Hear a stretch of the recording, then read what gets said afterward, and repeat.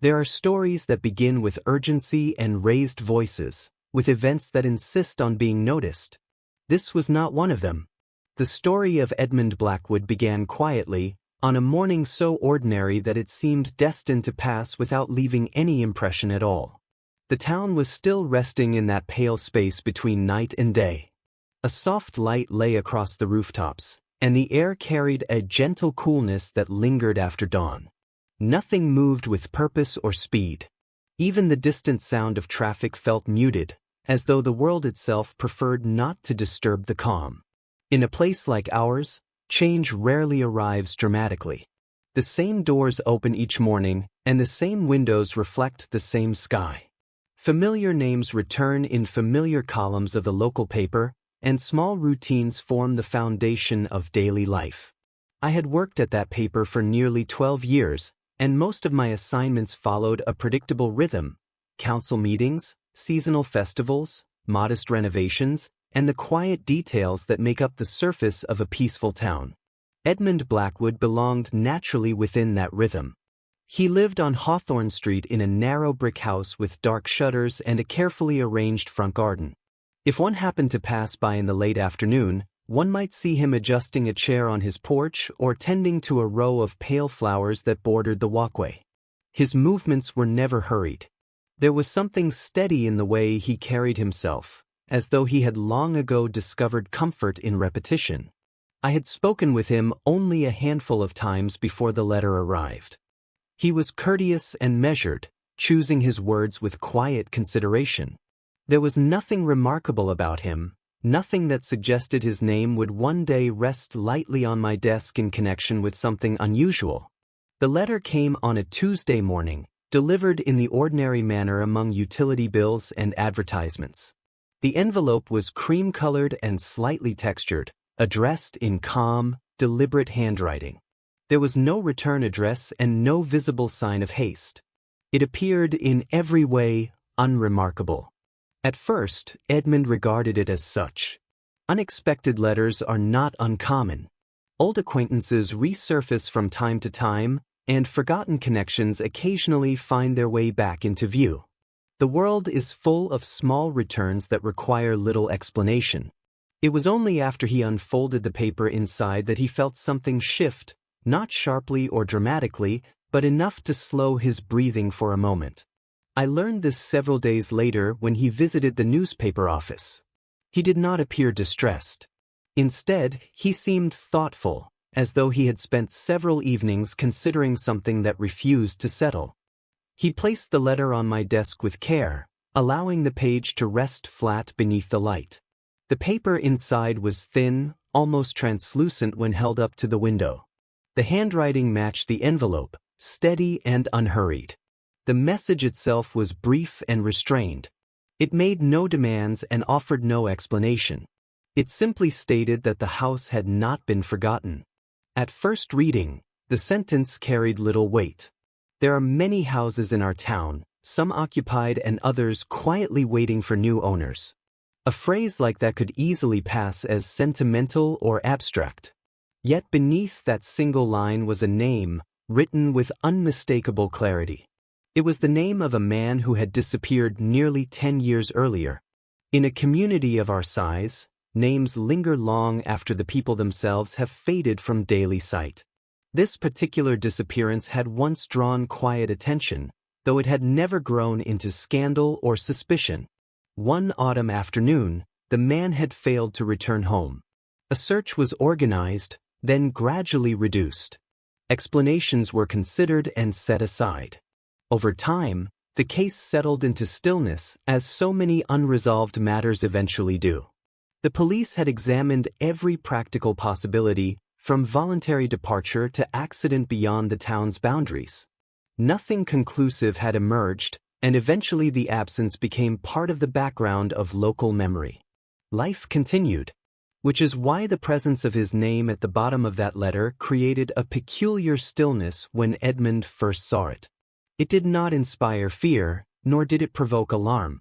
Instead, it awakened a careful curiosity that refused to dismiss itself. What unsettled Edmund most, however, was not the signature alone. It was a detail within the message, small enough to seem incidental yet precise enough to resist coincidence. The letter contained a quiet reference to the back staircase inside the house. The house itself had stood empty for years, its windows shuttered and its doors locked. Ownership had shifted in paperwork alone, but no one had chosen to move in. It remained closed and undisturbed, as though time had paused within its walls. The back staircase was not visible from the street, nor was it included in old property listings. It was a narrow interior stair connecting the kitchen to an upper study, added decades earlier by the original owner for private access. Very few people outside the family would have known of its existence. Edmund had known. In his younger years, he had visited the house occasionally, sharing quiet afternoons of conversation in the upper study.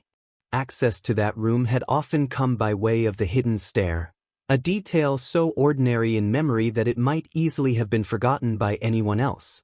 When he reached the line in the letter that mentioned it, he felt a certainty settle within him. The detail had not been described vaguely. It had been written as though remembered. The police, when shown the letter, regarded it as a likely imitation. Handwriting can be studied and reproduced, and names can be gathered from archives. Time, after all, creates distance enough for mischief. They advised Edmund not to dwell on it. And yet, as he sat across from me in the quiet of my office, he spoke not of suspicion but of familiarity. There was something about the phrasing, he said, that felt less like invention and more like recollection. Outside the window, the town moved in its usual rhythm. A delivery truck rolled past, and somewhere nearby a clock marked the passing hour. Nothing in the world appeared altered. Still, within that small room, with that single page resting between us, there lingered the faint impression that something long silent had stirred gently, as though a door once closed had shifted by the smallest measure. The letter did not threaten, and it did not explain. It offered only a reminder that the house had not been forgotten, and in doing so, it reopened a memory that had once settled comfortably into quiet. At the time, I believed it to be a curiosity, perhaps the beginning of a minor column in the paper. I did not yet understand that what had arrived on that calm Tuesday morning was not merely an echo from the past, but the careful first movement of something that intended to unfold slowly and without haste. In the days that followed, nothing in the town appeared to change, and yet there was a subtle shift in the way I began to notice certain things. It is strange how a single unanswered question can alter one's perception of familiar streets. The buildings remained the same, the shop windows reflected the same pale sky, and the rhythm of daily life continued undisturbed, but beneath that steadiness there lingered a quiet awareness, as though something had gently pressed against the surface of routine. Edmund did not return to the police after their initial dismissal of the letter. He did not speak of it publicly, nor did he allow it to become a subject of speculation among neighbors. Instead, he resumed his usual habits with careful precision, tending to his garden and walking the same measured route each evening. If anyone observed him, they would have seen nothing unusual. Yet I sensed that his thoughts were no longer entirely aligned with the present moment. When he visited my office again, he brought no new documents, only the same letter, folded neatly along its original creases. He had read it many times, he told me, not in search of hidden codes or dramatic revelations, but in the hope that repetition might reduce its significance.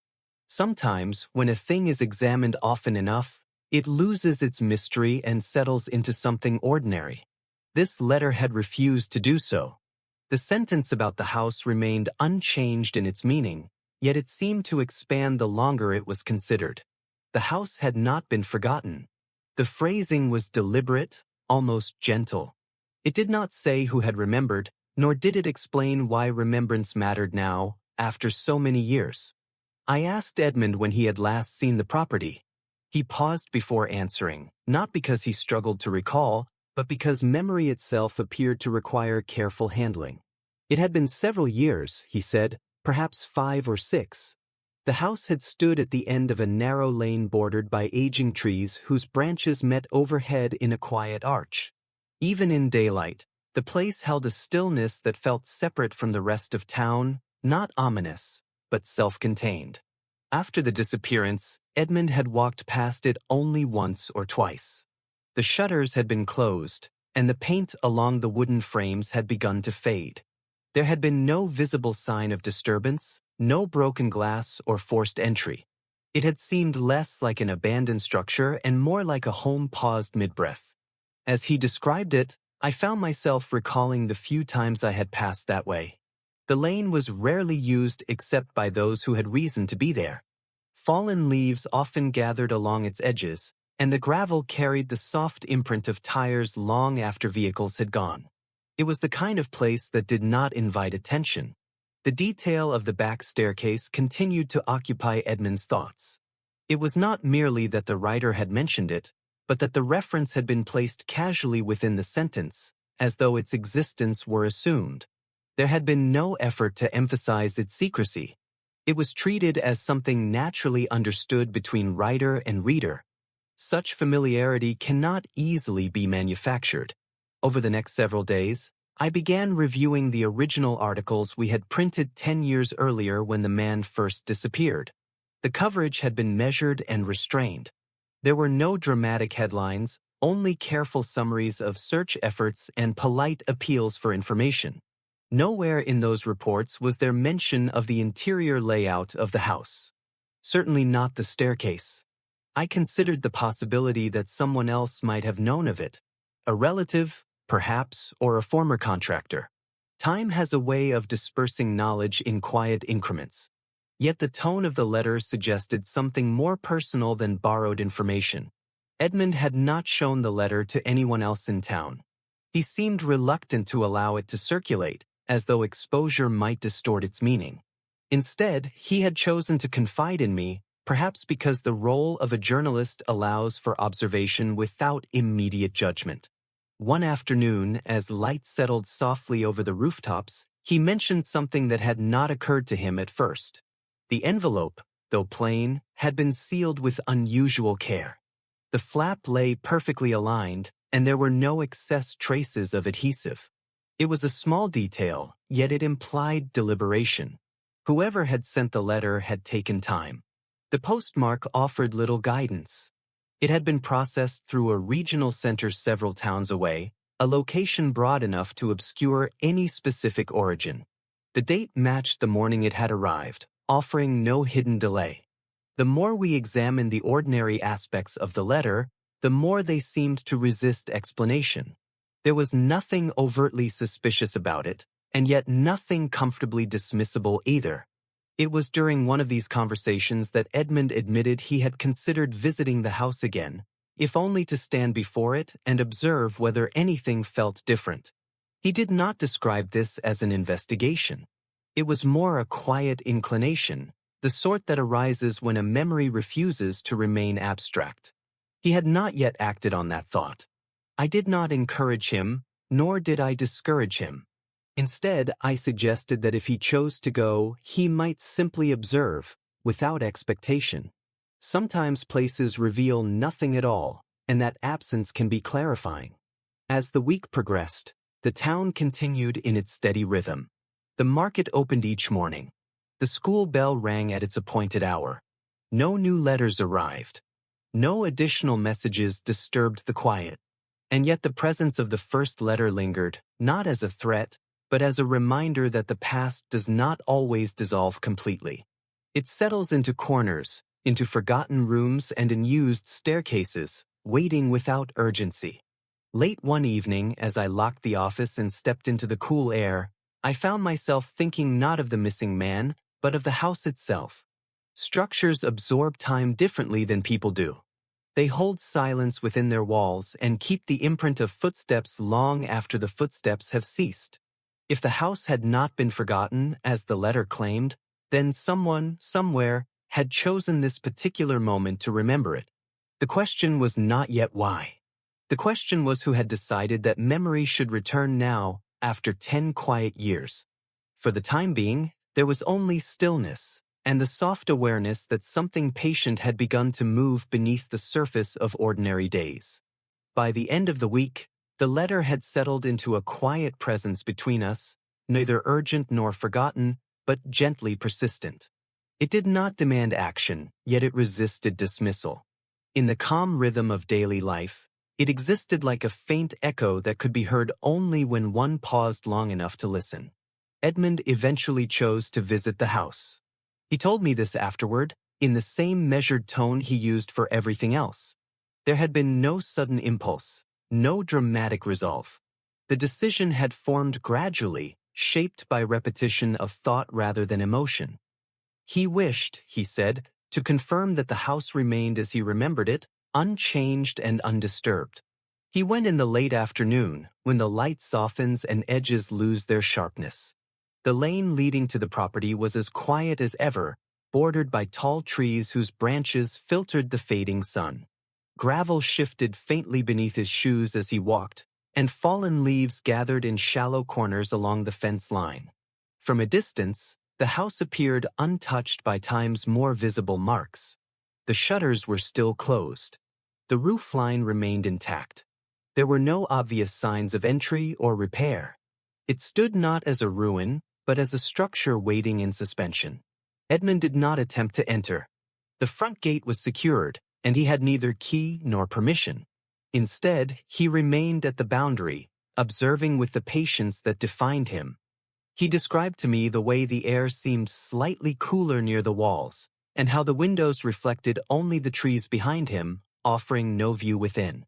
As he stood there, memory began to arrange itself around him. He recalled the muted sound of footsteps inside the narrow hallway, the faint creak of floorboards, the particular way light filtered through the upper study in the late afternoon. These recollections were not vivid in a dramatic sense. They were soft and incomplete, like pages turned gently in an old book. Nothing in the exterior suggested disturbance. No fresh marks in the gravel. No displaced shutters. The garden, once carefully tended, had surrendered to a quiet overgrowth, but even that appeared gradual rather than sudden. Yet as he prepared to leave, something drew his attention toward the side of the house where the kitchen wall stood. It was not a sound, nor a movement. It was a difference in texture. The paint along that section appeared slightly lighter than the surrounding boards, as though it had been touched more recently by weather or by hand. He could not say precisely what prompted the observation. Perhaps it was the angle of the light. Perhaps it was simply that he was looking more closely than he ever had before. He did not approach the wall. The fence prevented any such inspection. Still, the impression lingered. When he described this to me, he was careful not to exaggerate its importance. He acknowledged that time alone can create variations in color, especially on older wood. Exposure to sun and rain does not distribute itself evenly. Yet the detail remained with him long after he returned home. I asked whether he had felt anything unusual while standing there. He considered the question thoughtfully before answering. There had been no sense of presence, no indication that anyone had recently occupied the space. The silence was complete. If anything, he said, the stillness seemed deeper than he remembered, as though the house had settled further into itself. That evening, he unfolded the letter once more and read it slowly, allowing each word to rest in its place. The sentence about the back staircase no longer felt isolated. Instead, it seemed connected to the physical structure he had just observed, as though memory and present reality were overlapping in quiet alignment. Over the next few days, Edmund resumed his routines with renewed attention. He watered his garden. He walked the same streets. Yet there was a subtle difference in the way he regarded his surroundings, as if each familiar object carried the possibility of unnoticed detail. I began to share that awareness. While reviewing archived documents at the newspaper office, I searched again for any mention of the interior layout of the house. Blueprints had never been printed. Descriptions had been general and restrained. Even in interviews conducted at the time of the disappearance, no one had spoken of the staircase. The absence of reference was, in its own way, confirming. It suggested that knowledge of that feature had not traveled widely beyond those who had entered the house personally. Late one afternoon, as light dimmed outside my office window, Edmund mentioned something else he had noticed during his visit. Near the base of the kitchen wall, beneath the slightly lighter paint, there had been a faint line in the dirt, almost too subtle to describe. It might have been caused by runoff after rain or by the shifting of soil over time. Yet its straightness had caught his eye. He did not claim it to be evidence. He did not even describe it as significant. It was merely an observation, offered carefully. I found myself imagining the interior of the house beyond that wall, the narrow stair rising quietly behind closed shutters. Structures have a way of preserving their own histories. Wood remembers weight. Floors remember movement. Even when empty, a house retains the shape of what once filled it. If someone had written that letter from memory, then that memory was precise. And if the memory was recent, then the house had not existed entirely alone during these 10 years. The thought did not inspire fear. It carried instead a slow curiosity, like the gradual turning of a page not yet fully read. For now, there were no new letters, no sudden developments. Only the lingering presence of a message that had reopened a path long unused. As Edmund folded the letter once more and placed it carefully in a drawer, he told me he intended to wait. There was no advantage in haste, he believed. If the writer wished to be known, another sign would appear in time. And so we returned to the quiet rhythm of the town, carrying with us the subtle awareness that somewhere, behind shuttered windows and beneath an unmarked roof, something connected past and present with deliberate patience. The second letter arrived exactly 9 days after the first, and if Edmund had not been quietly attentive, he might have mistaken the timing for coincidence. It came in the same cream-colored envelope, addressed in the same deliberate hand, and carried no return address. There was nothing hurried in its appearance. It rested among the Morning Post as though it had always belonged there. He did not open it immediately. Instead, he placed it on the small wooden table near his kitchen window and prepared tea, allowing the familiar routine to steady his thoughts. The kettle hummed softly. Steam gathered against the glass. Outside, the street remained unchanged, touched by pale morning light and the gentle movement of leaves. Only after he had sat down did he unfold the paper inside. The handwriting was identical to the first, steady and composed. The message was again brief, though slightly longer than before. It did not refer directly to the earlier letter, nor did it explain its purpose. It simply stated that some doors are meant to remain closed, not because they conceal danger, but because they protect what has been left in peace. Beneath that sentence was another reference to the house. This time, the writer mentioned the study. Not by name, but by description. The room at the top of the narrow stair where light falls differently in late afternoon. The phrasing was careful, almost reflective, as though recalling a shared understanding rather than announcing a discovery. When Edmund brought the second letter to my office, he appeared composed, though more inward than before. He placed the new page beside the first, aligning them with quiet precision. Side by side, they seemed less like isolated messages and more like fragments of a conversation paused long ago. I read the lines slowly, allowing the tone to settle. There was no accusation in the words, no urgency demanding action. The language remained restrained, even protective. If anything, the letter felt less like an intrusion and more like a reminder. We considered again the possibility of imitation. Someone familiar with the house might have known of the upper study. Yet the way it was described, the particular mention of the way light shifted near the western wall, suggested observation rather than speculation. Edmund listened without interruption as I spoke. He did not argue for any particular explanation. Instead, he returned to the phrase about closed doors. There are places, he said quietly, that exist more clearly in memory than in reality. Sometimes opening them changes what they were meant to preserve. He had not returned to the house since his first visit. The lighter patch along the kitchen wall had remained in his thoughts, but he had chosen not to pursue it further. Now, with the second letter in hand, that restraint felt deliberate rather than cautious. The postmark on the envelope bore the same regional marking as before. No additional clues emerged from its ink or paper. The sender had maintained consistency, which in itself suggested intention. Over the following days, I found myself thinking less about who might be writing the letters and more about why they had begun now. 10 years is a long silence. It allows memories to settle, to soften at their edges. For someone to reopen that stillness required either renewed purpose or renewed proximity. Edmund, for his part, did not appear troubled. If anything, there was a faint steadiness in him, as though the second letter had confirmed what he had quietly suspected, that the first had not been accidental.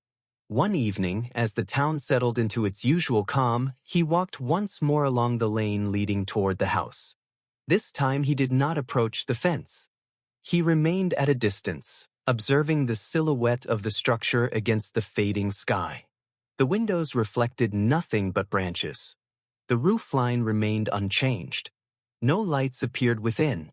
And yet, standing there in the quiet, he felt less like an observer and more like someone being gently acknowledged. Not watched. Acknowledged.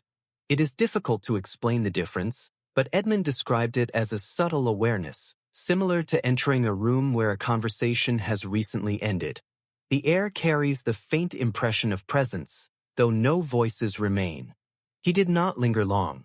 There was no visible alteration to the exterior, no sound from within, only the steady stillness of wood and glass holding their place against time. When he returned home, he unfolded both letters and read them again, this time not separately but as a sequence. Together, they formed a pattern of restraint. They did not demand response. They did not instruct.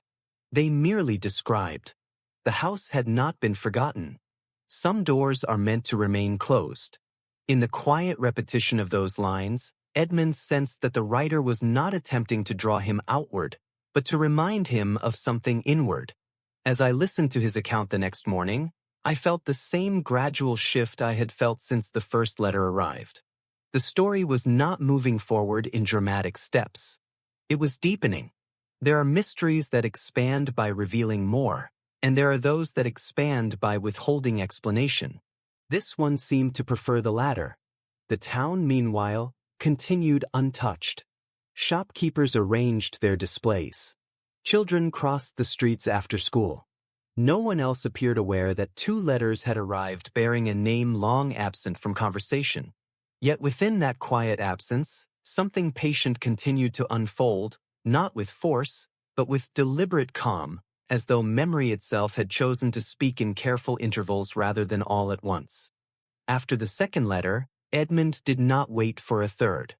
He did not rush toward the house, nor did he withdraw from it entirely. Instead, he allowed a few days to pass in quiet observation, as though time itself might reveal a pattern not yet visible. There is a particular stillness that follows repetition. When something happens once, it may be coincidence. When it happens twice, it begins to take on shape. The letters now formed a rhythm, spaced, deliberate, composed. Whoever had written them had done so without urgency, as if confident that they would be read with care. Edmund began to notice small alterations in his own routine. He found himself pausing by the kitchen window more often in the early morning, watching the postman approach from the far end of the street. Not with anxiety, but with attention. The simple act of waiting altered the texture of the day. Moments that had once passed unnoticed now carried a faint expectancy. No new envelope arrived. Instead, what arrived was memory. One evening, as dusk gathered softly along Hawthorne Street, Edmund retrieved an old box from a shelf in his study. It contained photographs and papers from years earlier, small fragments of time preserved without intention. Among them were 2 photographs taken inside the house at the end of the lane. They had been captured casually, without thought of significance. In one, a narrow hallway extended toward the back of the structure, light filtering faintly through a window near the ceiling. In the other, the upper study appeared half-shadowed, a wooden desk positioned near the western wall. The staircase itself was not visible in either image, yet its presence was implied by the angle from which the photograph had been taken. Edmund remembered standing at the top of it when he held the camera. He studied the images carefully, not in search of hidden clues, but to anchor his memory in something tangible. The wood grain along the walls, the simple molding near the ceiling, the slight tilt of the desk toward the light. These details felt steady and familiar. What unsettled him was not what he saw, but what he realized he could no longer recall. The sound of footsteps on that staircase had once been distinct in his mind. Now it felt distant. The exact number of steps, the way the banister curved slightly at the bottom, those specifics had softened with time. Memory, he understood, is selective. It preserves what matters most and releases the rest. The writer of the letters, however, had referred to the staircase with quiet precision. That contrast lingered. When Edmund came to see me the following afternoon, he brought the photographs with him. We laid them beside the letters on my desk. The pairing felt natural, as though the present and the past were arranging themselves into parallel columns. I examined the images slowly. Nothing in them suggested recent disturbance. They were artifacts from another time, untouched by the present. "Do you remember," I asked carefully, "whether anyone else visited the house during those years?" He considered the question with the same patience he gave to all things. There had been occasional gatherings long ago, small conversations in the study, shared afternoons of quiet reading. Nothing remarkable. The house had never been a place of secrecy or tension. It had simply been a home. After the disappearance, access to the property had become limited. Keys had been collected. Locks changed. The interior left undisturbed. To Edmund's knowledge, no one had entered since. And yet, the letters suggested a familiarity that extended beyond distant recollection. Later that evening, Edmund returned once more to the lane, this time carrying the photographs folded carefully inside his coat pocket. He did not approach the fence immediately. Instead, he stood beneath the trees and allowed his eyes to adjust to the dim light. The house remained unchanged in silhouette. As he stepped slightly closer, he noticed something subtle near the upper window of the study. It was not illumination nor movement. It was the angle of reflection. Where the glass had once mirrored only branches, there now appeared a faint interior shadow, not distinct enough to define, yet different from the empty opacity he remembered. He blinked and shifted position. The reflection altered again, becoming once more a simple echo of trees. It may have been nothing more than the changing light. Evening has a way of reshaping surfaces, turning ordinary glass into layered depth. Edmund understood this. He did not allow the observation to transform into assumption. Still, he remained there longer than before. The house did not speak. No door opened. No sound emerged from within. Yet the longer he stood in that quiet space, the more he sensed that the letters were not intended to frighten him away. They were invitations. Not to enter, but to remember. When he returned home, he placed the photographs beside the letters on his desk and sat for a long while without moving. Outside, the town had settled into its gentle nighttime rhythm. A distant car passed. Somewhere, a porch light flickered on. In the stillness of his study, Edmund began to understand that the mystery before him was not about disappearance in the ordinary sense. It was about continuity, about something that had persisted quietly beneath 10 years of assumed absence. The house had not been forgotten, nor, it seemed, had those who once climbed its narrow stair. As he folded the photographs and extinguished the lamp, he felt neither fear nor urgency. Only the growing awareness that the space between past and present was thinner than he had once believed, and that whatever had begun with a single letter was unfolding with deliberate patience, one measured step at a time. The third letter did not arrive in the morning. It came late in the afternoon, delivered with the remaining post long after Edmund had stopped expecting it for the day. The timing was subtle, yet different enough to be noticed. Until then, the letters had appeared with the quiet regularity of habit. This one felt slightly displaced, as though it had chosen its hour carefully. The envelope was identical to the others, cream-colored, evenly sealed, addressed in the same composed handwriting. There was no variation in the pressure of the ink, no sign of haste. Consistency, at this point, had become its own form of intention. Edmund did not open it immediately. He placed it on his desk beside the first two and allowed himself a moment of stillness. The afternoon light entered the room at an angle, resting across the wooden surface and illuminating the three envelopes in parallel. For a brief time, he simply observed them, as though their arrangement might offer explanation before their contents did. When he finally unfolded the page, he noticed at once that the message was longer. The tone, however, remained unchanged. There was no urgency, no accusation. The words carried the same careful restraint, but they reached slightly further than before. The writer spoke of footsteps that fade yet do not vanish, of spaces that remember those who once moved through them. The staircase was mentioned again, though indirectly, described as the narrow path that carries memory upward. Near the bottom of the page, beneath the signature, there appeared a single additional line. You once counted the steps. It was not framed as a question. It was not written as a challenge. It existed simply as a statement, precise and unembellished. When Edmund brought the letter to me, he did not speak immediately. He placed it beside the others, allowing me to read the progression from first to third. The pattern was unmistakable now. Each message built gently upon the last, deepening rather than expanding. I paused at the final line. You once counted the steps. Edmund nodded slowly. He had done so, though he had not remembered it until reading the sentence. Many years earlier, during one of those quiet afternoons in the study, he had ascended the narrow stair and counted each rise out of idle curiosity.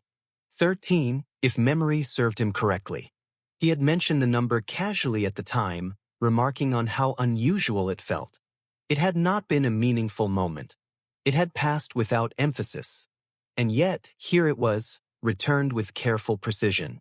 The detail unsettled him not because it implied surveillance, but because it revived a memory he had not consciously retained. The writer had not introduced new information. Instead, they had restored something Edmund himself had allowed to fade. That distinction mattered. We examined again the possibility of imitation. Could someone have overheard that idle remark years ago and preserved it? It seemed unlikely. The gatherings in the study had been small, and the comment had not been repeated. What struck me most was the tone. The sentence did not accuse. It did not demand recognition. It simply reminded. Later that evening, Edmund returned once more to the lane. The air carried the faint scent of damp leaves, and the sky had begun its gradual transition toward dusk. He walked with the same measured pace as always, neither hurried nor hesitant. When he reached the fence, he remained still, his eyes tracing the outline of the house as they had done before. The upper window of the study reflected the dimming light, offering no view within. He counted his steps as he moved along the gravel. 13 from the gate to the corner of the kitchen wall. The coincidence did not alarm him. It simply settled into place. Standing there, he allowed the memory of the interior staircase to return more clearly. 13 steps rising in a narrow line.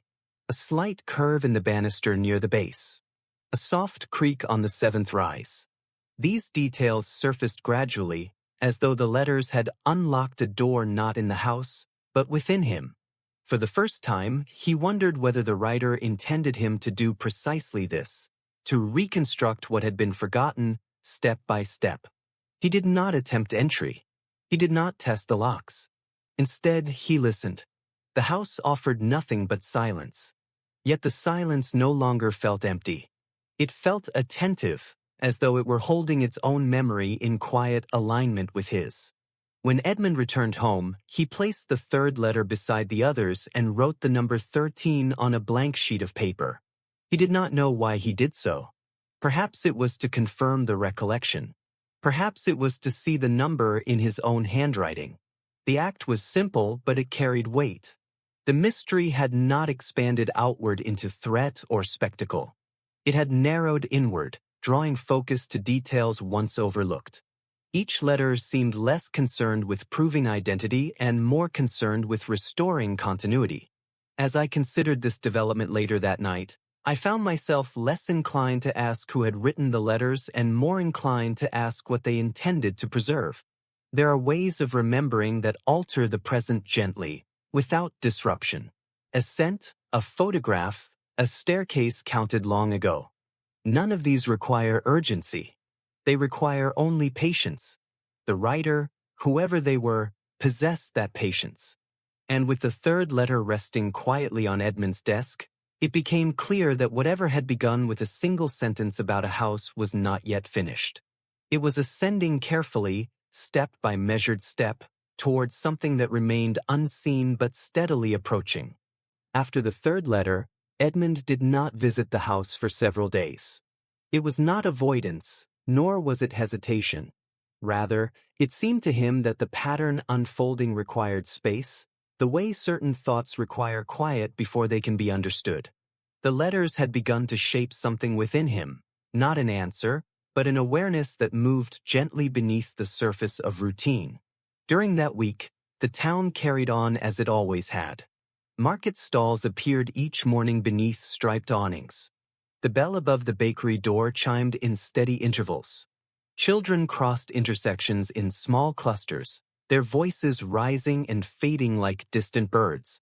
Nothing in the outward world suggested that a subtle correspondence was taking place behind closed doors. Yet for Edmund, ordinary sounds felt slightly amplified, as though attention itself had become sharper. He found himself recalling details of the house without effort. The scent of old wood in the hallway. The way dust gathered along the windowsill of the study in thin, almost delicate layers. Even the quality of light there felt distinct, softer, somehow more deliberate, as though it preferred that room. The line from the third letter lingered most clearly. You once counted the steps. It was a statement of shared memory, but also of continuity. Whoever had written it had not attempted to convince Edmund of anything. Instead, they had reminded him of something he already knew, though had not considered for years. On the fifth evening after the letter arrived, he chose to walk again toward the lane. The air was cool, and the sky held that muted color that precedes nightfall. He moved without urgency, allowing his steps to fall naturally against the gravel. There is a certain clarity that comes from repetition. Each visit to the house seemed less about discovery and more about alignment. When he reached the fence, he did something he had not done before. He closed his eyes. The sound of wind moving through the trees was faint but steady. Somewhere in the distance, a car passed along the main road. Closer still, a loose branch brushed lightly against the side of the house. In that quiet, he allowed memory to reconstruct the interior. 13 steps rising. The seventh with its soft creak. The slight narrowing near the top. The door to the study that opened inward, revealing a desk near the western wall. He did not imagine movement within the house. He imagined stillness. When he opened his eyes, the structure before him appeared unchanged. Shutters closed. Windows reflecting branches. Nothing to suggest recent entry. And yet something within him had shifted. For the first time, he realized that the letters were not leading him outward toward proof, but inward toward recognition. They were not presenting new information. They were restoring old perception. As he turned to leave, his gaze fell once more on the section of the kitchen wall where the paint had seemed lighter days earlier. In the fading light, the difference was more subtle than before. It might easily have been dismissed as uneven weathering. But beneath that pale patch, near the ground, he noticed something else. A narrow indentation in the soil. It was faint and might have been caused by rain runoff or by the settling of earth over time. Yet its straightness caught his attention. It ran parallel to the wall for several feet before fading into the gravel. He did not crouch to examine it more closely.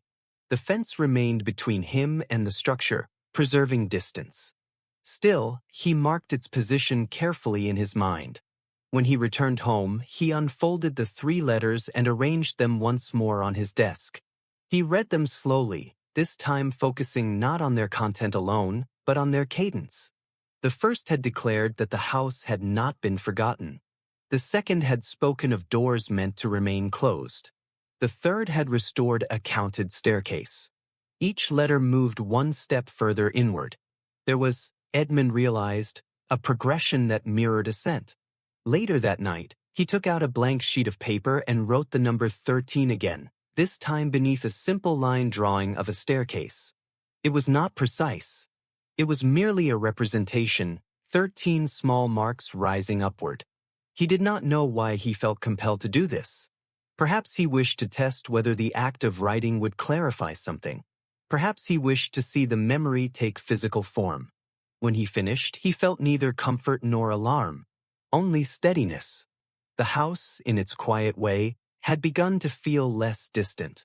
Not because he had entered it, nor because he had confirmed any change, but because the letters had bridged the years that separated past from present.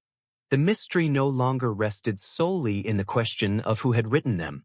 It rested in why the memory of that staircase, of those 13 steps, had chosen this moment to return. As I listened to Edmund describe these reflections the following afternoon, I sensed that the story was narrowing towards something deliberate.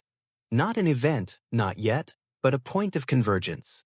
There are places that hold memory like a sealed envelope, waiting for the right hands to open it. The house at the end of the lane seemed to be such a place. And with each measured letter, each careful reminder, that envelope was being opened slowly, without tearing, revealing only as much as the moment required. Whatever waited at the top of those 13 remembered steps had not yet shown itself. But it was closer now than before. The fourth letter arrived without deviation in appearance, yet its arrival carried a different weight. By now, Edmund no longer waited by the window each morning, nor did he pretend indifference when the post was delivered. The pattern had established itself gently but firmly. Each letter had followed the last with measured patience, and though no fixed interval could be calculated with certainty, there was a sense of quiet timing at work. This envelope, like the others, bore no return address. The handwriting remained steady, almost careful to avoid personality. When Edmund held it in his hands, he noticed something subtle before even breaking the seal. The paper inside felt slightly thicker. He unfolded it slowly. The message extended further than before, though it maintained the same restrained tone. There was no greeting, no closing beyond the familiar signature. Instead, the writer spoke of rooms that hold light long after the windows are shuttered, of dust that settles without erasing what once stood beneath it. Then, midway through the page, a new detail appeared. The desk by the western wall remains where it was left. Edmund did not immediately react. He read the sentence twice, allowing its calm phrasing to settle. The desk had indeed stood near the western wall of the study. It had been a simple wooden piece, worn smooth at the edges. After the disappearance, no one had moved it, to his knowledge. Yet he had not seen the interior of the house in 10 years. The phrasing was precise. Not, there was a desk, nor, you remember the desk, but, the desk remains. The word remains implied continuity. When he brought the letter to me, I sensed a subtle shift in him. It was not anxiety, nor excitement. It was attention sharpened further. The progression of the letters had moved from exterior memory, the house, the staircase, toward interior placement. We laid all 4 pages side by side across my desk. The pattern was undeniable now.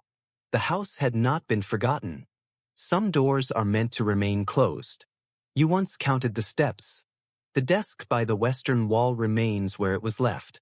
Each message narrowed the focus, guiding memory inward, upward, deeper. Have you ever told anyone about the position of that desk? I asked gently. Edmund shook his head. It had not been a detail worth sharing. The arrangement of furniture rarely finds its way into conversation. And yet, here it was, returned with certainty. That evening, Edmund chose to walk to the lane once more, though this time he carried something new with him, a small notebook and a pencil. He did not intend to trespass or disturb. He intended only to observe with clarity. The sky was overcast, diffusing the light into a soft gray wash. The house stood as it always had, its shutters closed, its roofline still. The narrow indentation in the soil near the kitchen wall remained faintly visible, though no deeper than before. He positioned himself where he could see the upper window of the study most clearly. The glass reflected the trees and the sky, but as the clouds shifted, the angle of light changed, and for a brief moment the interior darkened enough to suggest depth beyond reflection. He did not see movement. He did not see illumination. But he sensed alignment. The desk remains where it was left. If the writer spoke truthfully, then someone had seen the interior recently enough to confirm its arrangement. Or someone had never left. The thought did not arrive as fear. It arrived as possibility.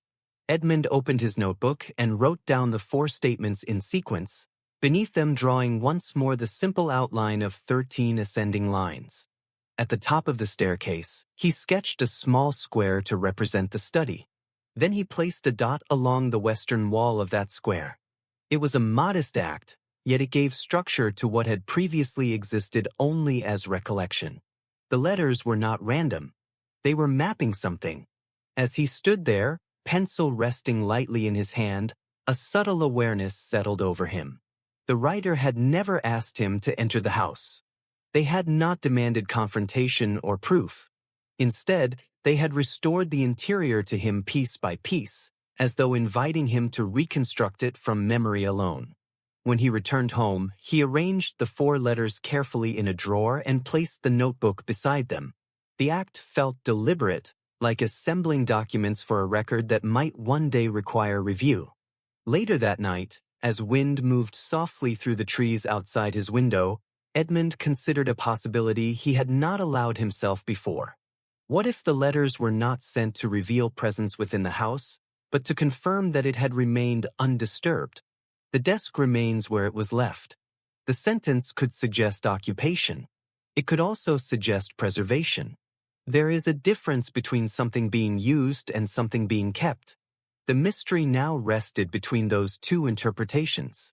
As I reflected on this development the following morning, I sensed that the correspondence had reached a threshold. The exterior had been acknowledged. The staircase remembered. The study described. Only one space remained unaddressed. The space at the top of those 13 steps. And whatever rested there, patient and unchanged, seemed closer now than ever before, waiting not for intrusion, but for understanding. In the days following the 4th letter, Edmund found that anticipation no longer arrived as a sharp expectation, but as a quiet undercurrent woven into ordinary hours. He did not watch the postman with visible impatience, nor did he rearrange his schedule around the possibility of another envelope. Instead, he carried the awareness gently, as one might carry the memory of a melody that has not yet reached its final note. The town remained unchanged in its appearance. Morning light continued to fall across storefronts, and evening shadows gathered predictably along the narrow streets. If there was movement beneath the surface of these days, it was subtle enough to escape public notice. Yet for Edmund, each familiar sound felt slightly reframed by context. The creak of his own floorboards carried an echo of the staircase. The shifting light in his study reminded him of the western wall described in the letter. He began to consider not only the content of the messages, but their order. Each letter had restored a layer of the house in measured sequence. First the exterior, then the concept of closed doors, then the staircase, and finally the study itself. The progression was neither random nor hurried. It resembled a careful ascent, guiding memory upward without force. On the 11th day after the 4th letter, the 5th arrived. The envelope bore the same steady handwriting and the same absence of return address. Its weight felt unchanged. Edmund held it for a moment before opening it, aware that whatever it contained would likely continue the quiet pattern already established. The paper inside unfolded smoothly. The message was longer than any before, though it maintained the same composed tone. The writer spoke of time not as something that erases, but as something that settles. Dust, the letter suggested, does not conceal what has been placed deliberately. It merely rests upon it. Midway down the page, another detail appeared. The window was opened once, and then closed again. Edmund read the line twice. The study window had been difficult to open. Its frame swelled slightly during damp seasons, and the latch required firm pressure. He remembered this clearly now, though he had not thought of it in years. During one late summer afternoon long ago, he had opened that window to allow air into the room, remarking on the stiffness of the hinge. The phrasing in the letter did not accuse him of doing so, nor did it suggest recent intrusion. It stated simply that the window had been opened once, and then closed again. The ambiguity of time within that sentence unsettled him more than any direct assertion might have. When Edmund brought the fifth letter to my office, he placed it carefully beside the others, aligning their edges with habitual precision. I read the new line slowly, aware that the pattern was narrowing further. The desk remained. The window was opened once. Each statement preserved an action without assigning it to a specific moment. "Do you believe it refers to the past?" I asked quietly, "or to something recent?" Edmund did not answer immediately. His expression remained thoughtful, neither troubled nor reassured. "It feels," he said at last, "as though the house itself is being recounted. Not events. Conditions." The distinction was subtle but meaningful. The letters did not describe a person moving through space. They described the state of the space itself. That evening, Edmund returned once more to the lane, carrying with him the notebook that now contained his careful sketches and copied lines. The air was still, and the sky held a muted brightness beneath thin clouds. He positioned himself where he could see the study window clearly. The shutters remained closed. The glass reflected nothing but branches and pale sky. If the window had been opened at any time in recent days, there was no visible sign of it. No displaced shutter. No altered latch. The house preserved its exterior silence. Edmund stood there for some time, considering the sentence. The window was opened once, and then closed again. The phrasing allowed for memory. It allowed for past action preserved in recollection. Yet it also allowed for something more recent, something quiet and reversible. He did not attempt to interpret beyond what he could observe. Instead, he opened his notebook and added the new line beneath the others, drawing a small rectangle to represent the study window beside the square of the room. The map in his notebook was becoming more detailed, yet it remained internal. He had not crossed the fence. He had not disturbed the structure. The reconstruction existed entirely in thought and on paper. As dusk settled, a faint breeze moved through the trees, and for a brief moment a soft sound reached him from the direction of the house. It was not distinct enough to identify. It might have been a branch brushing against wood, or the quiet settling of old boards adjusting to temperature. He did not interpret it as confirmation of presence. He interpreted it as continuation of stillness. When he returned home, he arranged the 5 letters in order once more and read them as a sequence. Together, they described a house intact in memory, preserved rather than altered. The house had not been forgotten. Some doors are meant to remain closed. You once counted the steps. The desk remains where it was left. The window was opened once, and then closed again. Each line felt less like revelation and more like documentation. As I reflected on this progression later that evening, I began to sense that the mystery before us was not moving toward exposure, but toward restoration. The letters were not introducing new elements into the present. They were returning the past to clarity, one deliberate detail at a time. Whatever the writer intended, they were guiding Edmund carefully through memory, ensuring that each space within the house was acknowledged before any threshold was crossed. And though the house remained silent behind its shutters, its interior had never felt more present than it did now, reconstructed patiently through words that neither hurried nor accused, but simply remembered. Chapter 10. By the time the 6th letter arrived, Edmund no longer experienced the quiet jolt that had accompanied the first envelope. Instead, there was a sense of measured continuity, as though the correspondence had become part of the natural rhythm of his days. The cream-colored envelope rested among the Morning Post with familiar restraint, its steady handwriting unchanged, its absence of return address consistent with all that had come before.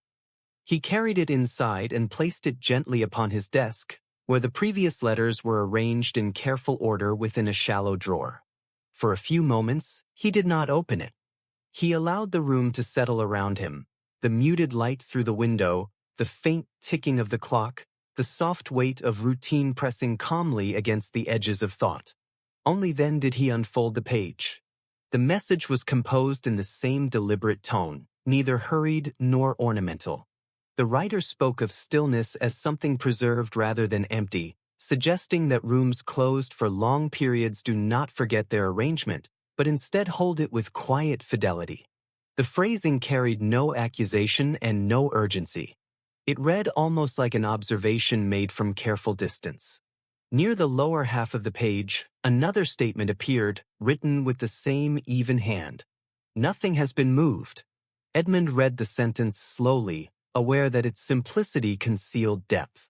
The earlier letters had reconstructed the house from exterior to interior.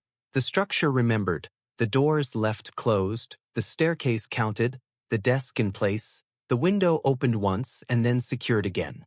Now the writer confirmed continuity. Nothing has been moved. The line did not insist upon recent presence, nor did it suggest abandonment. It implied preservation. When Edmund visited my office that afternoon, he carried the sixth letter folded neatly alongside the others. We laid them across my desk in chronological order, and for some time neither of us spoke. The progression felt unmistakable. Each message had restored a layer of memory, not to introduce novelty, but to confirm constancy. "It does not feel like a warning," I observed quietly. "No," Edmund replied after a pause. "It feels like an inventory." The word seemed appropriate. The letters did not push him toward discovery. They recorded the state of a place as though ensuring that no detail had been lost to time. That evening, Edmund returned once more to the lane at the end of which the house stood. The sky was clear, and the fading light softened the outlines of trees that arched above the narrow path. Gravel shifted beneath his steps with familiar restraint, and the air carried a cool steadiness that felt almost suspended. He paused at the fence and allowed his gaze to move slowly across the facade. The shutters remained closed. The roofline was intact. The faint variation in paint along the kitchen wall appeared unchanged. The narrow indentation in the soil lay quiet and undisturbed. He lifted his eyes toward the study window. The glass reflected only branches and sky, offering no view of the interior. There was no sign of motion, no suggestion of disturbance. "Nothing has been moved." He let the sentence settle against what he could see. If the writer spoke truthfully, then the interior of the house remained exactly as it had been left 10 years earlier. Dust resting evenly, furniture fixed in place, the staircase untouched. He closed his eyes briefly and reconstructed the space again in his mind, this time with greater clarity than ever before. 13 steps rising in narrow alignment, the subtle curve in the banister near the base, the soft creak on the 7th rise, the study at the top, the desk positioned against the western wall, the window latched shut after being opened once in summer air. The image no longer felt distant. It felt preserved. When he opened his eyes, the house appeared less like a mystery and more like a sealed chapter, protected not by locks alone but by continuity. The letters had not disrupted its silence. They had described it. As dusk deepened, a faint breeze moved through the trees, carrying the soft rustle of leaves across the roofline. Edmund remained still, listening not for confirmation of presence, but for confirmation of absence. The silence did not feel empty. It felt complete. He did not attempt entry. He did not test the gate. Instead, he allowed the quiet to remain intact and turned back toward the lane, carrying with him not fear, but steadiness. Later that night, he arranged the 6 letters once more on his desk and copied their key statements into his notebook beneath the small drawing of the staircase and study. The page now resembled a careful record rather than a collection of fragments. Each line confirmed the last. The house had not been forgotten. Some doors are meant to remain closed. You once counted the steps. The desk remains where it was left. The window was opened once, and then closed again. Nothing has been moved. Taken together, the statements formed not a threat, but a reassurance that memory and reality remained aligned. As I reflected on the sixth letter later that evening, I began to sense that the correspondence was approaching a quiet threshold. The earlier messages had restored recollection step by step. This latest one confirmed preservation. What remained uncertain was not the state of the house, but the intention behind documenting it so carefully. There are mysteries that expand outward into revelation, and there are those that narrow inward toward understanding. This one seemed to belong to the latter. It was not leading Edmund toward confrontation. It was guiding him toward acceptance. Acceptance that the house, in all its stillness, had endured unchanged, holding within its closed rooms the exact arrangement of a moment long past. Outside, the town settled into its familiar night. Windows dimmed one by one. The streets emptied gradually, and at the end of the quiet lane, beneath the arch of trees, the house remained as it had been described, silent, intact, and undisturbed, waiting not to be entered, but to be fully remembered. After the sixth letter, Edmund allowed a longer pause than he had before, not because he wished to break the pattern, but because the pattern itself seemed to invite stillness.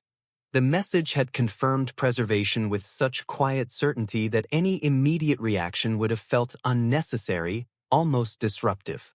If nothing had been moved, then haste would change nothing.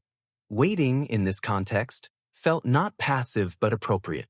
The town, as always, offered no sign that anything subtle was unfolding.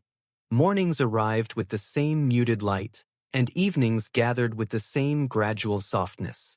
Shopkeepers swept their thresholds. Cars moved along the main road in unhurried streams. The familiar world remained steady, and within that steadiness Edmund carried the letters as though they were gentle weights, shaping his attention without altering his outward routine. During those days, he began to remember the missing man more clearly, not as a figure defined by disappearance, but as a presence from ordinary time. He recalled the way the man had spoken, quietly and without flourish, as though words were meant to be chosen rather than spent. He remembered the way the upper study had always felt slightly removed from the rest of the house, not secretive, but private, a room that seemed to prefer thought over conversation. It occurred to Edmund that the letters had never once used the language of loss. They did not speak of grief, nor of absence, nor of what had been taken away. Instead, they spoke of what remained: the house, the staircase, the desk, the window, the unmoved arrangement of a room held intact across time. The emphasis was not on what had vanished, but on what had endured. On the 17th day after the sixth letter arrived, the seventh appeared. It came in the morning, delivered with the usual post, as though returning to a familiar schedule. The envelope was the same cream color and carried the same deliberate handwriting. Edmund held it briefly in his hands, noticing a slight impression along the flap, as though the paper had been pressed more firmly than before. It was a small difference, barely visible, yet enough to suggest intention. He opened it slowly. The message was not longer than the previous one, but it felt more focused. The writer spoke of the way certain rooms gather meaning simply by being left alone, and of the way silence can preserve what conversation would dissolve. There was a calmness in the phrasing, but also a subtle narrowing, as though the correspondence had reached a point where detail mattered more than reassurance. Near the middle of the page, another line appeared. The key was never lost. Edmund read it once, then again, letting the sentence settle. The house at the end of the lane had once been secured by a set of heavy brass keys, old-fashioned in shape and weight. After the disappearance, the locks had been changed, and keys had been collected, at least according to public assumption. Edmund had never known where the final key had gone, nor had he considered it, because the house itself had become inaccessible through time as much as through hardware. Yet the writer's sentence was not speculative. It was stated with quiet certainty. The key was never lost. When Edmund brought the seventh letter to my office, he appeared composed, but there was a slight inward tension in his stillness, the kind that comes when a statement touches something hidden within memory. We laid the new page beside the others, and I read the line carefully. If the key had never been lost, then someone had kept it. Possession implied intention. Yet even here, the letter did not accuse. It did not suggest theft or secrecy. It stated the fact as though it belonged naturally within the inventory of preservation. Edmund sat across from me and spoke slowly, choosing his words with care. He recalled that years ago, long before the disappearance, the missing man had once mentioned that the locks were less important than people believed. He had said it casually, as though making a small observation about security and habit, though Edmund could no longer remember the exact wording. Now, with the letter before him, the memory returned with slightly sharper edges. The man had smiled faintly when he said it, and his hand had rested on a keyring as if to emphasize the point without explaining it. Edmund had not asked questions at the time. In those days, questions were rarely urgent. That evening, Edmund walked again toward the house, though he did not approach with expectation of entry. The lane was quiet, and the trees overhead were still, their branches forming a dark lattice against the soft sky. He stopped at the fence and looked at the front door, even though distance and angle made it hard to see clearly. Locks are in some ways symbolic. They suggest boundaries. They suggest control.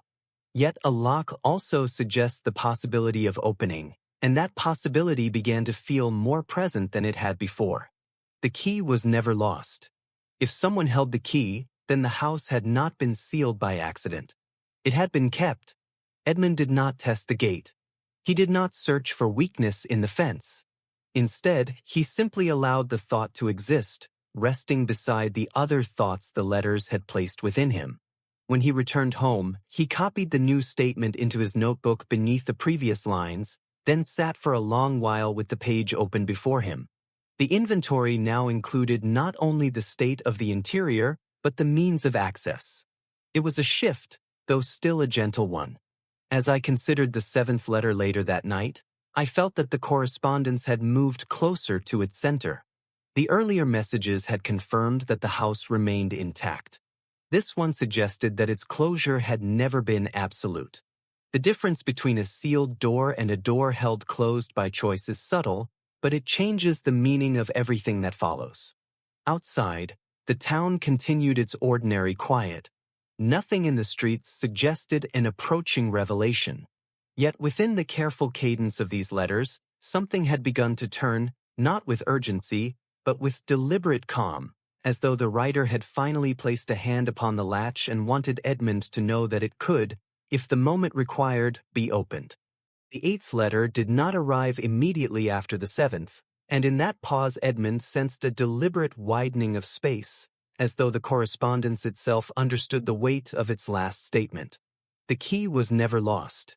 That line had introduced the possibility of access without yet inviting action, and for several days the absence of a new envelope felt less like interruption and more like continuation of thought.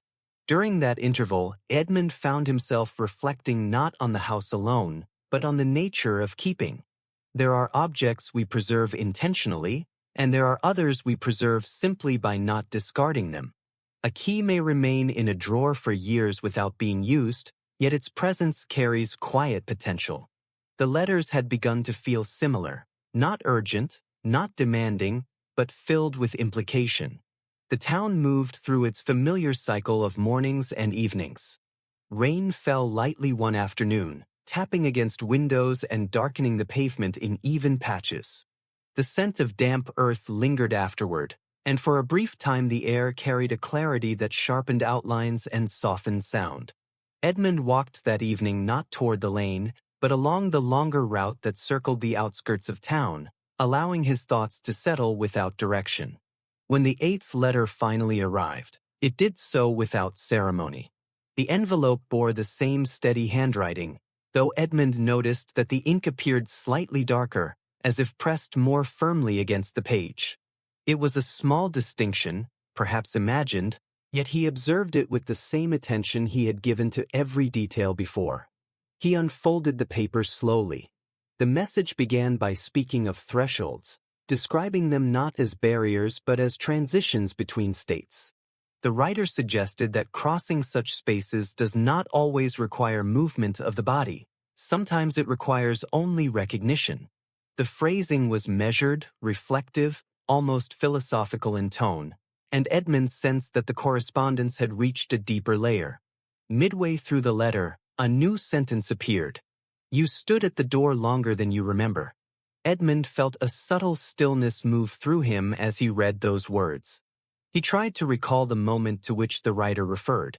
There had been many afternoons in the house long ago, many departures from the study at the top of the staircase. Yet one memory began to rise with unexpected clarity. It had been late in the day, near autumn.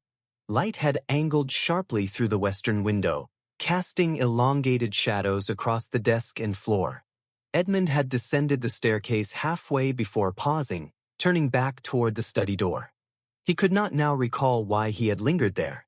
Perhaps a conversation had ended in unfinished thought. Perhaps the silence of the room had felt unusually dense. He had stood at the threshold for several seconds, hand resting lightly against the frame, before finally closing the door behind him. The detail had seemed insignificant at the time. Yet the letter implied observation. When Edmund brought the 8th message to my office, he did not speak immediately. He placed it beside the others and allowed me to read the new line in silence. The progression was unmistakable. The correspondence had moved from structure to interior arrangement to access and now to memory of position. "You stood at the door longer than you remember." "It suggests presence," I said carefully, though I avoided emphasis. Edmund considered the statement without visible alarm. "It suggests attention," he replied at last. The distinction mattered. Presence implies intrusion. Attention implies awareness. The letters had never described action within the present. They had described recollection, preserved detail, continuity. This new line felt less like an accusation and more like a reminder of a moment Edmund himself had almost forgotten. That evening, he returned once more to the lane, not with expectation of entry, but with intention to stand again at the fence and consider the facade in fading light. The rain from earlier had left the gravel slightly darker, and the scent of damp wood lingered faintly near the house. He positioned himself where he could see the front door more clearly than before. The shutters remained closed. The handle appeared undisturbed. No visible change marked the structure. He imagined, briefly, the interior door at the top of the staircase, the one he had once paused beside. He pictured his hand resting against its surface, the grain of the wood beneath his palm, the sense of hesitancy he had not understood at the time. The memory felt sharper now, as though the letter had polished it. He did not cross the fence. He did not test the latch. Instead, he stood quietly, acknowledging that the correspondence had shifted the center of gravity inward once more. The writer was not guiding him physically toward the house. They were guiding him through recollection of his own movements within it. When he returned home, he added the new sentence to his notebook beneath the others, tracing the letters carefully. The house had not been forgotten. Some doors are meant to remain closed. You once counted the steps. The desk remains where it was left. The window was opened once, and then closed again. Nothing has been moved. The key was never lost. You stood at the door longer than you remember. Taken together, the lines formed something that resembled not a warning, but a reconstruction of a final afternoon. As I reflected on the 8th letter later that night, I sensed that the correspondence had drawn nearer to its quiet center. The house itself remained closed and undisturbed, yet Edmund's memory of it was becoming increasingly vivid, almost tactile. The threshold described in the letter felt less like wood and brass, and more like the boundary between what had been left behind and what had never fully departed. Outside, the town settled once more into ordinary night. Windows dimmed gradually, and the streets grew still. At the end of the narrow lane, beneath the canopy of trees, the house remained unchanged in appearance, holding within its silent walls not only preserved furniture and unmoved dust, but the careful echo of a moment when someone had stood at a door, hesitated, and left without fully understanding why. After the 8th letter, Edmund no longer felt as though he were waiting for something external to occur. The correspondence had shifted its focus so gradually inward that anticipation itself had become reflective rather than forward-looking. The house still stood at the end of the lane, unchanged in outline and undisturbed in appearance, yet the center of the mystery now rested within recollection rather than structure. For several days, no new envelope arrived. The pause did not trouble him. If anything, it felt necessary. The last sentence had lingered with particular resonance. You stood at the door longer than you remember.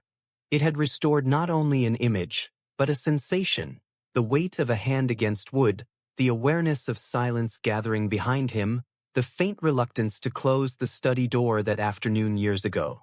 During those days of quiet, Edmund returned to his notebook more than once, studying the sequence of statements he had copied so carefully. The page no longer resembled a list. It resembled a path, ascending steadily towards something that had not yet been named. He began to consider the missing man not as someone who had vanished abruptly, but as someone who had moved gradually out of visible time. There had been no public farewell, no dramatic departure.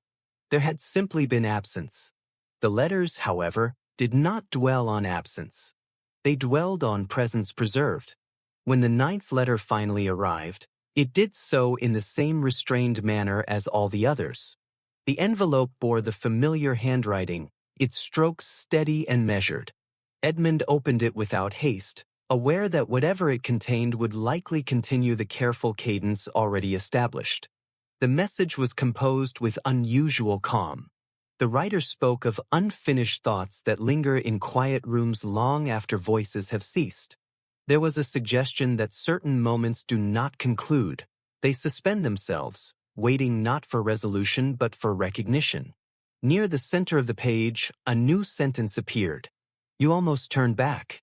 Edmund felt the weight of those words more distinctly than any before.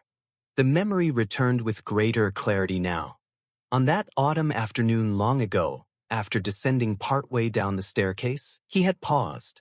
His hand had rested against the banister. He had considered returning to the study, though he could no longer recall what impulse had prompted the hesitation. There had been no urgency, no dramatic exchange. Only a subtle sense that something unsaid remained in the air behind him. He had not turned back. He had continued downward, allowing the moment to pass unexamined. The letter did not accuse him of failing to act. It did not suggest that his decision had altered fate. It stated simply that he had almost done so. When Edmund brought the 9th letter to my office, his composure remained intact, yet there was a depth in his gaze that had not been present before. We laid the new page beside the others, and I read the lines slowly. The correspondence had moved beyond physical detail now. It was restoring intention, or nearly intention. It was describing not only where Edmund had stood, but what he had considered. That is more difficult to imitate, I said quietly. Edmund nodded. Physical details can be observed or inferred. Thoughts paused in silence are more elusive. The line suggested not surveillance, but understanding. That evening, Edmund did not walk to the lane. Instead, he remained at home, seated at his desk with the letters arranged before him. He closed his eyes and allowed the memory to unfold without resistance. He saw himself again on the staircase, halfway between floors. He felt the grain of the banister beneath his palm. He sensed the quiet behind him in the study, not empty, but attentive. He remembered the faint inclination to turn back, to reopen the door and remain a little longer. Why had he not done so? The question did not carry regret. It carried curiosity. The letters, taken together, no longer felt like messages sent from a distance. They felt like a guided reconstruction of that final departure. Each statement brought him closer to a moment he had once allowed to pass unnoticed. As the evening deepened, Edmund copied the new sentence into his notebook beneath the others, tracing the words carefully. You almost turned back. The page now described not only a house and its preserved interior, but a sequence of movements, counted steps, paused thresholds, restrained departures. When I reflected on the 9th letter later that night, I sensed that the correspondence was approaching its quiet center. The house itself had not changed. No door had opened. No object had shifted. Yet Edmund's memory of that final afternoon had grown vivid, almost immediate. There are times when understanding does not come from discovering something new, but from revisiting something incomplete. The letters seemed to suggest that the significance of the house did not lie in what it contained physically, but in what had nearly occurred within its walls. Outside, the town rested in familiar darkness. Streetlights cast soft pools of light along empty sidewalks. The lane at the edge of town remained still beneath its arch of trees. And within Edmund's mind, the image of himself standing halfway down the staircase lingered with renewed clarity, suspended in that quiet space between decision and departure, where a single step in either direction might have altered nothing at all, yet somehow felt as though it might have altered everything. After the 9th letter, Edmund understood that the correspondence had reached a place from which it could not easily retreat. The earlier messages had restored structure, preserved arrangement, and recalled movement. Now they had touched intention, that fragile space between thought and action. There was a quiet gravity to this shift, and for several days he allowed himself to sit with it rather than move toward any outward response. The town continued in its familiar calm, and in that calm Edmund felt an increasing separation between what others perceived and what he carried inwardly. To anyone observing him, nothing had changed. He rose at the same hour, walked the same streets, tended to the same flowers along his porch. Yet beneath those habits ran a steady current of recollection, drawing him back toward the staircase and the paused moment halfway down. He did not return to the lane during those days. Instead, he remained within his own study, reviewing the letters in sequence and reading them aloud in a low voice, not for emphasis but for cadence. Spoken softly, the statements formed something that resembled a careful narration rather than a mystery. The house had not been forgotten. Some doors are meant to remain closed. You once counted the steps. The desk remains where it was left. The window was opened once, and then closed again. Nothing has been moved. The key was never lost. You stood at the door longer than you remember. You almost turned back. Each line advanced him gently toward a single afternoon that had once seemed ordinary. On the 12th day after the 9th letter, the 10th arrived. The envelope bore the same restrained handwriting, though Edmund sensed a slight steadiness in the pressure of the ink, as though the writer's hand had grown firmer rather than weaker. He unfolded the page with deliberate calm. The message began by speaking of silence that waits, suggesting that some moments remain unfinished not because they demand resolution, but because they hold meaning that cannot be recognized immediately. The writer described departure as a form of pause, implying that leaving does not always conclude what has begun. Near the bottom of the page, beneath the now familiar signature, a new sentence appeared. You heard it before you left. Edmund felt a quiet tightening within him as he read those words.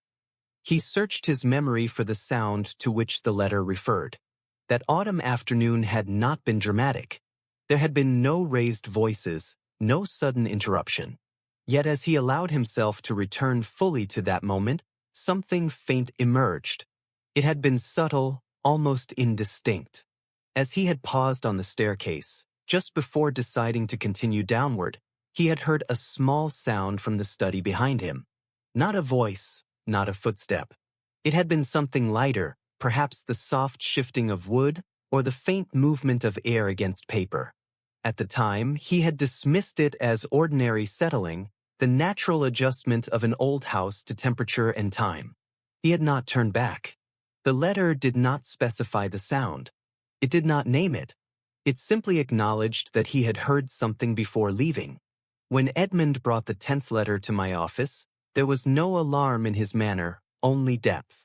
We placed the page beside the others and read the new sentence in silence. This was no longer merely a reconstruction of position or thought. It was the restoration of sensation. That is more intimate, I said quietly, choosing the word with care. Edmund inclined his head slightly. Yes, intimate was accurate. The sound had not been public or visible. It had existed only in his perception, brief and easily dismissed. For the writer to reference, it suggested not observation from outside, but alignment from within the moment itself. That evening, Edmund finally returned to the lane. The sky was clear, and the air carried the cool stillness of approaching night. He walked slowly, aware that each step felt measured not by distance, but by memory. When he reached the fence, he did not look first at the shutters or the roofline. Instead, he allowed himself to listen. The house remained silent in any obvious sense. No movement stirred the windows. No light shifted behind glass. Yet the quiet no longer felt empty. It felt layered, as though holding echoes too soft to be separated from wind or settling wood. He closed his eyes briefly and imagined himself once more on the staircase, hearing that faint sound from above. In memory, it remained indistinct, neither threatening nor urgent. It was simply present. He understood now that the letters were not guiding him toward discovery of someone within the house. They were guiding him toward recognition of what had once occurred within his own awareness. He had heard something. He had chosen not to return. When he opened his eyes, the house stood unchanged, preserved in its outward stillness. The shutters remained closed. The door unmoved. The structure intact. The meaning of the correspondence had shifted entirely. It was no longer about the missing man as an external mystery. It was about the moment Edmund had left the study without fully understanding what lingered behind him. As he returned home that evening, he added the new sentence to his notebook beneath the others. You heard it before you left. The page now described a complete sequence: approach, ascent, pause, hesitation, departure, and sound. The letters had reconstructed not only a space, but a moment suspended in time. When I reflected on the 10th letter later that night, I sensed that the correspondence had reached its quiet culmination. There was little left to restore. The house had been mapped in memory, the threshold acknowledged, the almost decision named, and now the final perception recognized. Outside, the town rested in its familiar calm, unaware that within one quiet study a decade-old afternoon had been brought back to clarity, not through revelation of what lay behind locked doors, but through careful return to what had once been heard, felt, and left unexplored. The 11th letter did not arrive. For several mornings, Edmund found himself noticing the absence with a calm acceptance rather than expectation. The sequence, which had unfolded with such deliberate patience, seemed to have completed its ascent. Nothing felt interrupted. Instead, the silence carried the quiet satisfaction of something fully spoken. He did not wait by the window. He did not search the post with heightened attention. The correspondence had guided him step by step toward a single suspended afternoon, and now that moment stood clearly before him, restored in detail and sensation. There was no obvious thread left to follow. During those days of stillness, Edmund returned often to the notebook in which he had copied the letter's statements. He read them not as clues, but as a narrative of memory reclaimed. The house had not been forgotten. The staircase had been counted. The desk had remained. The window had opened and closed. Nothing had been moved. The key had never been lost. He had stood at the door. He had almost turned back. He had heard something before leaving. Taken together, the lines described not a haunting nor an intrusion, but a departure unfinished in understanding. One evening, without planning it in advance, Edmund walked once more toward the lane. The air was mild, and the sky carried the muted glow of early twilight. Gravel shifted gently beneath his steps, and the trees overhead formed their familiar arch, unchanged by season. When he reached the fence, he remained there quietly, looking at the house not as a question, but as something whole. The shutters were still closed. The windows reflected only branches and sky. The faint variations in paint along the kitchen wall remained as subtle as ever.